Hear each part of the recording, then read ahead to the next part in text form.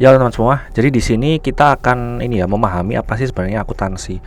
Sebenarnya kalau gua pelajari ya, akuntansi itu di sebuah perusahaan, organisasi, yayasan atau apapun itu, dia itu akan melakukan tracking keuangannya. Jadi semua uang yang masuk atau keluar dari company itu atau dari perusahaan atau dari yayasan atau dari organisasi.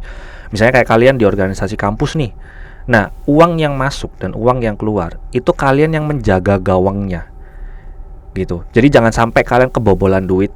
Jadi ada duit yang hilang atau duit yang tidak bertanggung jawab. Itu kan harus tahu tuh uangnya kemana. Siapa yang take responsibility buat duit itu hilang gitu. Terus kalau misalnya ada yang masuk, uang masuk ini uang apa nih? Hasil pembelian kah atau hasil invest atau hasil apa?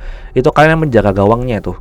Jadi kalau misalnya di sebuah ini ya, gua analogikan, ini adalah sebuah tim bola. Kalian tuh yang di belakang ini sih menurut gue ya, itu yang jaga gawang gitu. Jadi biar nggak kebobolan.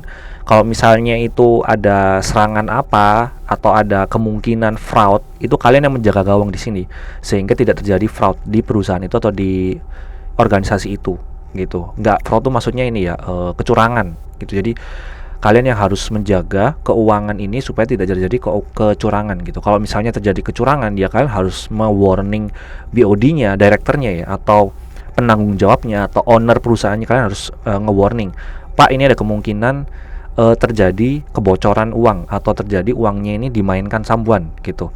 Itu kalian harus tahu dulu, kalian nge-track, kalian yang memberikan report ke atasan gitu. Itu sebenarnya contoh gambarnya seperti itu ya.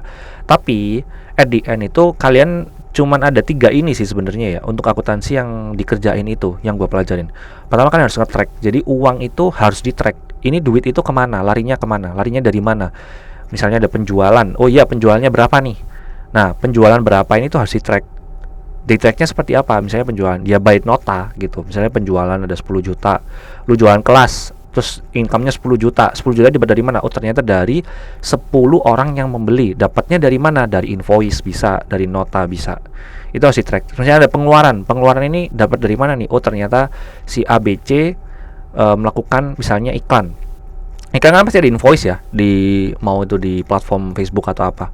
Itu yang kalian jadikan sebagai pondasi ya untuk nge-track. Kalau semisal ada pengeluaran tapi nggak ada notanya, ya wassalam. Itu berarti tidak terhitung. Sebenarnya seperti itu. Terus setelah di track itu kita lihat cek performance-nya, apakah dari misalnya ini sebuah perusahaan ya atau organisasi kalian itu apakah sebuah keuangannya itu sehat atau enggak. Taunya dari mana? Ya kalau misalnya sehat berarti profitnya plus gitu. Jadi kalian ternyata profit tuh bulan itu. Kalau misalnya minus ya berarti performance-nya jelek atau negatif gitu. Taunya dari mana? Ya kalian nge-track dari pemasukannya berapa, pengeluarannya berapa, hutangnya berapa, dan lain-lain. Nah setelah itu kalian report ke owner atau penanggung jawab atau PIC atau director gitu. Jadi itu ya sebenarnya yang gue pelajarin ketika orang itu belajar akuntansi gitu. Pas gue belajar tadi ya atau kemarin itu penjelasannya panjang banget. Nah intinya itu ini sebenarnya. Jadi ya kalau misalnya nanti ada tambahan akan ditambahin sama expert lainnya. So ini sebenarnya yang dikerjain, kita akan belajar lebih lanjut ke depannya. Bye bye.